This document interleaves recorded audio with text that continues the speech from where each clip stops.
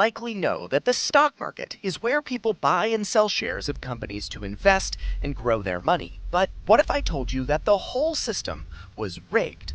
Wealthy insiders placing winning bets before anyone else even knew that the race had started.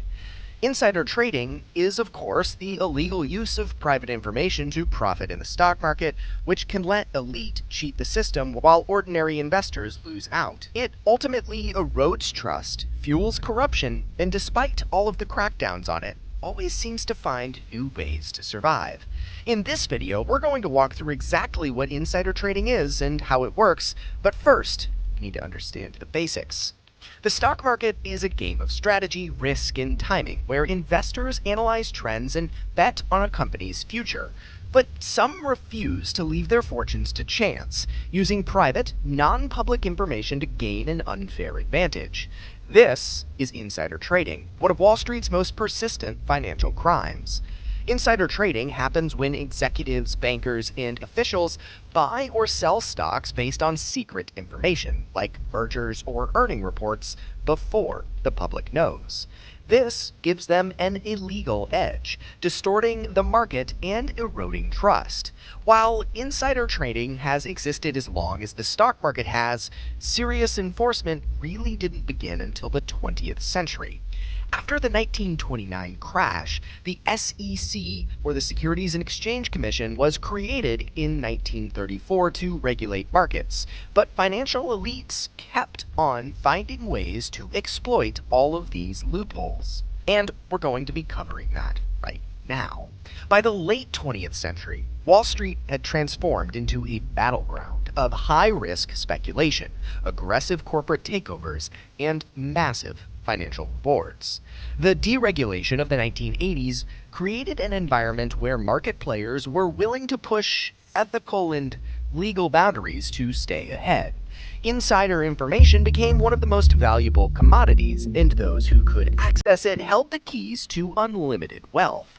One of the earliest and most infamous figures to exploit this system was Ivan Boesky, a financier who built his fortune by betting on corporate mergers. Boesky operated in an area when merger and acquisition, or M&A activity, was booming, and those with inside knowledge of impending deals could make millions overnight. He cultivated relationships with investment bankers, corporate executives, and lawyers, offering financial incentives in exchange for confidential information about upcoming takeovers. His scheme was simple but effective. Buy stocks in a company before an acquisition was announced, then sell them for a huge profit once the news went public. For years, his strategy seemed unstoppable, and he became one of the most powerful traders of the decade. But Boesky wasn't alone. His case exposed a widespread culture of insider trading that extended far beyond just one individual. His downfall led to an even bigger scandal, the arrest of Michael Milken, the so-called junk bond king, who revolutionized corporate finance but was later convicted for securities fraud. These cases shook Wall Street and led to a wave of SEC investigations, but they failed to eliminate insider trading altogether. As the financial landscape evolved, so did the methods of those seeking an edge. By the early 2000s, hedge funds became the dominant force in the stock market, managing billions of dollars and relying on aggressive trading strategies. Unlike traditional investment firms, hedge funds had more flexibility, and still do, in their risk-taking, and some began developing sophisticated networks to gain access to non-public information. Rajaratnam, the founder of Galleon Group, perfected this approach. Rajaratnam was no ordinary investor. He built a network of informants across multiple industries, including technology executives, consultants, and Wall Street bankers. He had direct access to secret earnings reports, upcoming product launches, and major corporate announcements. His hedge fund became one of the most successful in the world, with billions under management and a reputation for making uncannily accurate trades. Rajaratnam's ability to stay under the radar was largely due to the gray areas of insider trading laws. Many hedge funds hired expert networks where industry insiders were paid as consultants to provide insights on their companies. While some of this research was legal, it often crossed the line into illegal insider trading.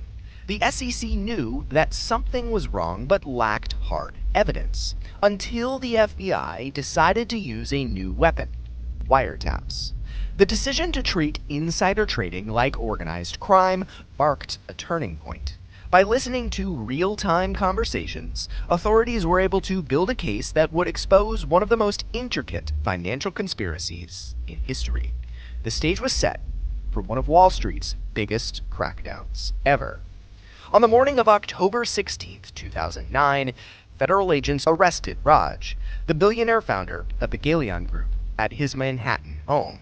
This carefully planned raid was the result of a years-long investigation that had finally gathered undeniable proof: wiretap recordings of Rajaratnam illegally obtaining and acting on insider information.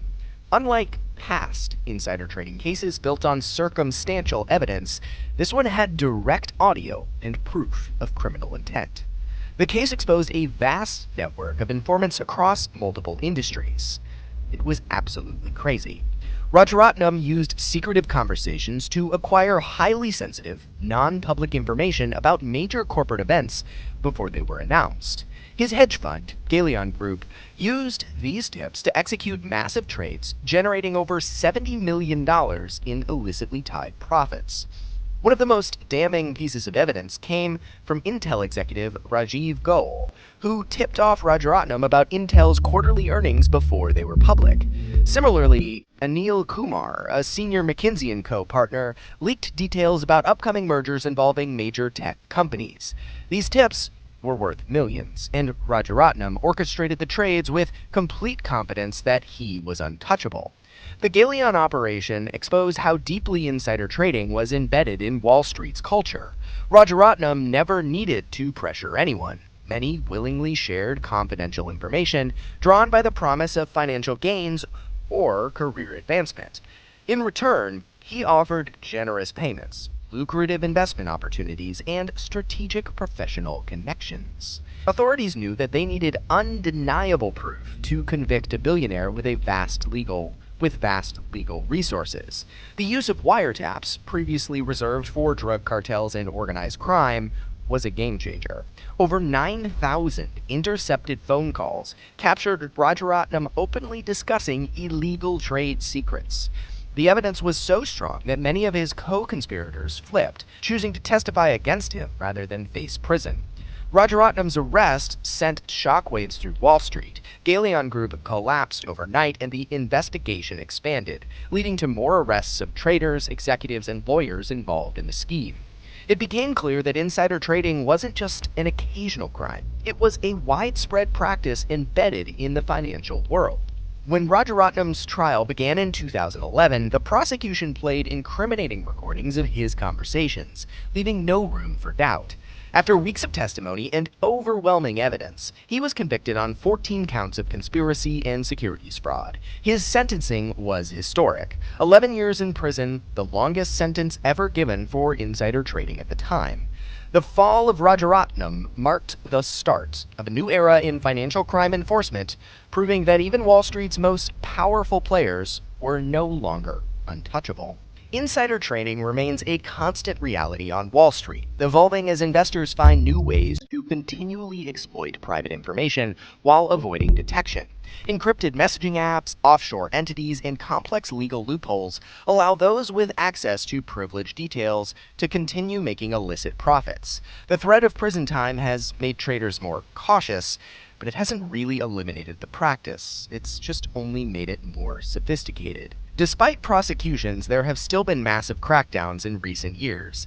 SAC Capital paid a record $1.8 billion fine in 2013 for insider trading, showing even Wall Street's elite still do face scrutiny. Regulators have expanded surveillance and closed loopholes, but again, gray areas still allow for exploitation. Public skepticism remains high, with many seeing the financial system as completely rigged. Crackdowns may slow insider trading, but the lure of easy profits will likely ensure that it never disappears. Insider trading is still happening today, and as regulations increase, so do the methods used to evade them. If you enjoyed this video, make sure to subscribe, and I'll see you in the next one.